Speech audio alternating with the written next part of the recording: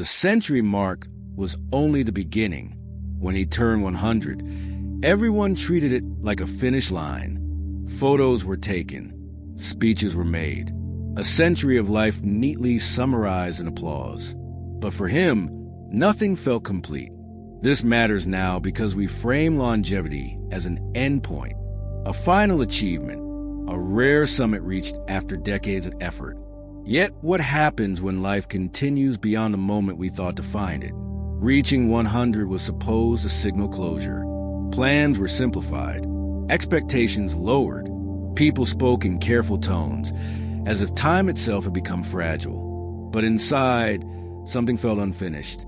He did not feel like a survivor. He felt present, still curious, still oriented toward tomorrow. The number meant more to others than it did to him. At first, the years after 100 felt borrowed, as if time might suddenly notice the mistake. He moved carefully, lived lightly, avoided long-term thinking. Then the days kept arriving. One birthday passed, then another. The body aged, but the mind stayed oriented forward, not ambitious, not nostalgic. Forward. This created a quiet tension. People around him struggled to adjust. They had prepared for endings, not continuation. Every additional year disrupted the narrative. Doctors stopped celebrating milestones. They stopped predicting altogether. The century mark had exhausted their language. Charts offered no guidance beyond it. He noticed something unsettling. Once you pass the point everyone recognizes, you are no longer measured. You are simply observed. Time, stripped of expectation, behaves differently. It becomes less urgent, less performative. Each day stands on its own. This was not immortality. It was disorientation. Because life beyond expectation requires a new framework. And no one teaches you how to live after the story is supposed to end. The century mark was not a peak. It was a threshold, and stepping beyond it would change how he understood time itself. This was only the beginning. After 100, life entered a strange quiet. No one asked what came next. They assumed nothing did. Invitations slowed. Responsibilities disappeared. Advice arrived unrequested. People spoke to him as if he were preserving something fragile, not living something active. What surprised him was how quickly relevance fades once expectations end. He had not changed. The world around him had. At first, he accepted the narrowing. He told himself this was natural, that reaching 100 granted permission to withdraw, to observe instead of participate. But withdrawal created its own tension. Days became long without weight. Moments passed without consequence, and he realized something unsettling. Purpose does not expire automatically. It disappears when it is no longer invited. The conflict grew internally. Should he push back, reassert presence, or accept the quiet role assigned to him? Physically, he remained capable, not strong, not fast, but functional. The body adjusted, the mind adapted. Life continued to offer small demands. Emotionally, this was harder than decline, because decline is visible. Irrelevance is silent. He began to notice patterns. The oldest people were not always the weakest. They were the least expected to matter. One's survival is assumed complete.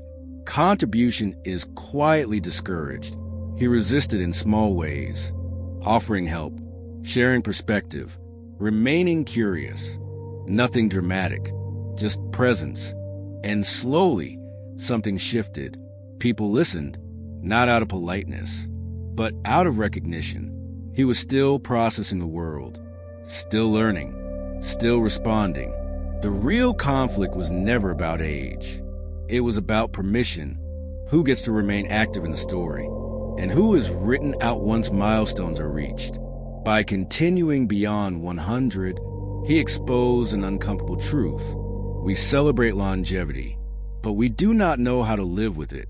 That tension was building toward a realization, one that would redefine what those extra years were for. The tension reached its peak when he stopped asking for permission, not out of defiance, out of clarity. He realized that waiting to be included was another form of disappearance. So he began to include himself in conversations, in decisions, in the small, ordinary moments that shape relevance. He spoke when insight mattered. He listened when learning mattered. He stopped shrinking his presence to fit other people's comfort. This was the turning point, because nothing about his body changed. What changed was posture, how he met the world, how he occupied time. People noticed, not immediately, but gradually. His presence carried weight because it was not desperate. It was grounded. He did not argue for importance. He demonstrated it. Emotionally, this was the peak, because living beyond 100 forced a confrontation with meaning. If survival was no longer the goal, what was? He found the answer in contribution, not productivity, not legacy, but participation. Remaining part of the unfolding moment. The paradox sharpened. The oldest person in the room was often the least constrained by urgency. He could see patterns others rushed past, consequences others ignored. Time had given him something rare, perspective without pressure, awareness without ambition. This is where the story breaks expectation. Longevity was not about extending the past. It was about entering a new role, one without benchmarks, without applause, without predefined endings. He was no longer chasing milestones. He was inhabiting days. And in that inhabiting, something unexpected happened. Life expanded again, not outward, inward. The realization was close, and it would challenge how we think about aging entirely. The realization arrived without ceremony. Longevity was never meant to be an ending. It was meant to be a transition. Reaching 100 did not complete his story. It stripped it of illusion. No more deadlines. No more milestones. No more borrowed urgency. What remained was presence. Clear, undistracted, fully owned. The years after 100 were not defined by decline. They were defined by contribution, without expectation, listening without impatience, speaking without fear of consequence, living without the pressure to prove anything.